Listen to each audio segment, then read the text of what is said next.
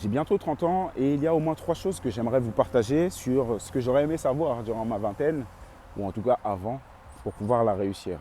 Alors, la première des choses, c'est la foi. C'est extrêmement important, les gars.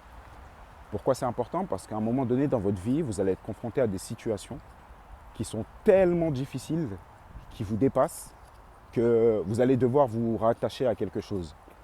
Et si vous n'avez pas quelque chose en quoi à croire, je ne vous demande pas à croire à gauche, à droite, hein. Menez vos investigations et vous verrez, vous choisirez, mais si vous ne le faites pas, vous risquez de vous retrouver dans une situation où vous allez imploser ou alors exploser. Et dans les deux cas, on ne veut pas ça. Allez chercher l'existentiel. Ça, c'est mon conseil pour vous. La deuxième des choses, c'est que vous devez impérativement apprendre à vous connaître.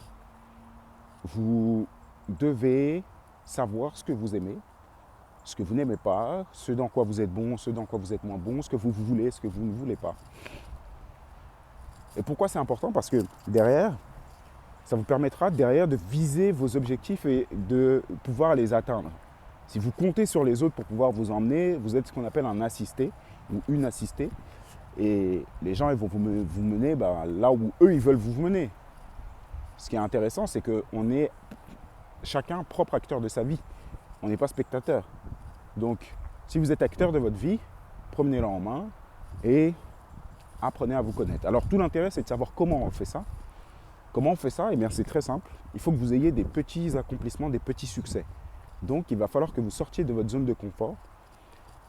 Je ne sais pas ce que ça peut être. Pour certains, c'est le sport, d'autres la musique, d'autres le théâtre, le cinéma, la photo, que sais-je. Sortez de votre zone de confort, voyagez s'il le faut, mais ayez ces petits succès, ces petits accomplissements. N'essayez pas de viser trop grand tout de suite. Petit à petit, étape par étape.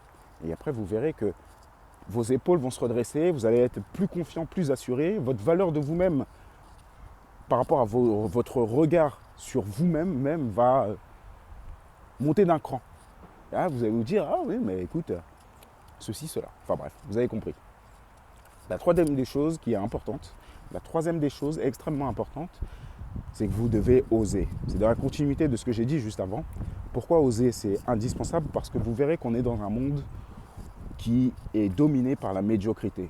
Les gens sont moyens, sont médiocres. Ils se disent, par exemple pour ceux qui sont à l'école, bon j'ai 10, ça me va, ne visez pas 10.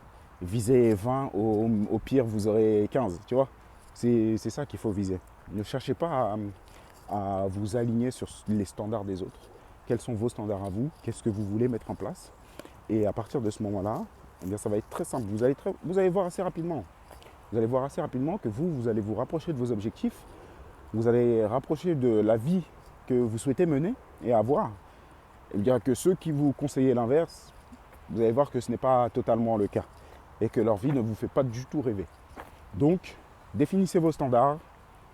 Osez voyager, parler anglais, faites ce que vous avez à faire, peu importe ce que c'est, mais osez. Vous devez oser dans ce monde.